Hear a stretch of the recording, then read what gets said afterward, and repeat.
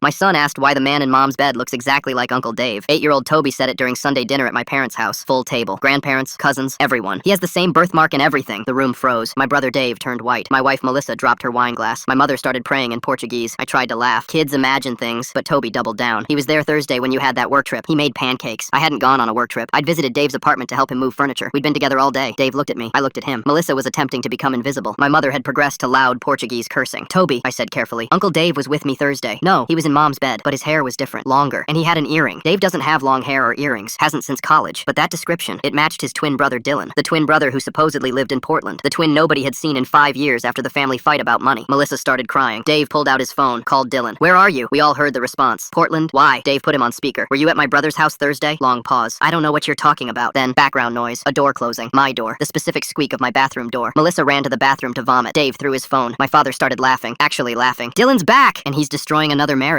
Turns out, Dylan never left town. He'd been living 40 minutes away under a fake name, working as a personal trainer. Melissa met him at her gym. Didn't know he was Dave's twin. Dylan didn't know Melissa was married to me until he saw our wedding photos on the dresser. By then, they'd been together 3 months. The sociopathic genius kept going. I figured I'd already crossed the line, Dylan told us later. Might as well see how long until someone noticed. 5 months. 5 months of my wife sleeping with my brother's twin. The brother we thought was in Portland. The one who'd stolen $30,000 from the family business. Melissa tried to explain. He said his name was Marcus. He looked familiar, but different. The hair, the style. I thought he reminded me of Dave, but never imagined. Dave was furious. Not about the affair, about Dylan stealing his identity. You couldn't get your own sister-in-law? Dylan shrugged. Wasn't trying to. Just happened. The divorce was quick. Melissa got the house out of guilt. I got Toby and a story nobody believes. Dylan disappeared again, but not before Dad hired a private investigator. Found him in Miami 2 months later, using another name, dating a prosecutor who looked exactly like Melissa. Dave changed his entire appearance. Shaved head, beard, glasses. I refused to look like that asshole anymore. He also got a face tattoo. Small, but enough. It says D-A-V-E on his temple. Subtle. My mother had the priest bless the entire house, twice, then made everyone, including atheist cousin Roberto, get rebaptized, just in case Dylan infected us with his evil. Toby thought the whole thing was hilarious. Kid processes trauma weird. He made a family tree for school labeled Dad, Mom who likes Uncle Dave's twin, Uncle Dave, and evil Uncle Dylan who makes good pancakes. The teacher called asking if we needed counseling. Plot twist. Dylan sent child support. Monthly checks from various shell companies. Never missed one. The memo line always said for pancakes. Judge couldn't do anything since Dylan wasn't legally the father, just the uncle who happened to look identical to another uncle. 6 months later, Melissa married her CrossFit coach. Sent me an invitation. I didn't go, but Dave did. Wore a shirt that said, I'm not Dylan. Apparently caused a scene when people kept asking. Last week, Toby got a postcard from Brazil. Picture of the beach. Back said, tell your dad I'm sorry. Dash Uncle Pancakes. We framed it. It's in the bathroom. Dave comes over every Thursday now. We check each other's birthmarks first thing, just in case. Toby suggested we get matching tattoos to avoid future confusion. We're considering it. The priest my mother hired still comes monthly. Sprinkles holy water everywhere. Says our family has unique challenges. We tip him well. Dylan's probably out there ruining other families, but at least now we know. Always verify which twin is in your bed. Check for birthmarks, tattoos, earrings, and apparently pancake making skills. My dating profile now specifies no twins. Women think it's a joke. I let them.